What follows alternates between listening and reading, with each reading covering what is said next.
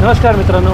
मुंबईकरांना रिक्षातनं प्रवास करणं वेगळं नाही. तसं बघायला गेलं तर भारतात कुठेच वेगळं नाही. पण फरक असा असतो ना, मुंबईची रिक्षा आणि बाकीच्या भारतातली रिक्षा.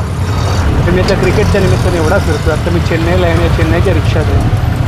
मुंबईच्या रिक्षाला काही सांगावं लागत नाही. तो टाक मीटर टाकतो आणि मीटर सोडण्यात घेतो. तिथे तुम्ही बघाल तर मीटर नावाचा प्रकार आहे, पण कायमचा बंद आहे. म्हणजे त्याचं निधन झालं आहे मीटरचं आणि तुम्हाला ठरवावं लागतं. आता हा मला घेऊन जातो आहे स्टेडियमला 150 रुपये. अहमदाबादला तर मला लुटलं, 500-600 घेतले. पुण्याचे रिक्षावाले तर काय बोलायलाच नको.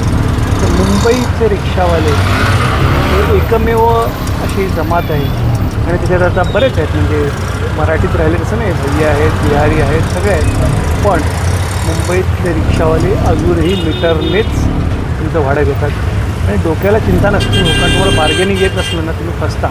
आज आता 150 रुपयात घेतो म्हणून मी खुश आहे, पण मला माहीत नाही नक्की किती पडतं त्याचं. तर मुंबईची रिक्षा आणि भारतातल्या बाकीच्या रिक्षा हा फरक बाहेर आलं की नक्की जाणार.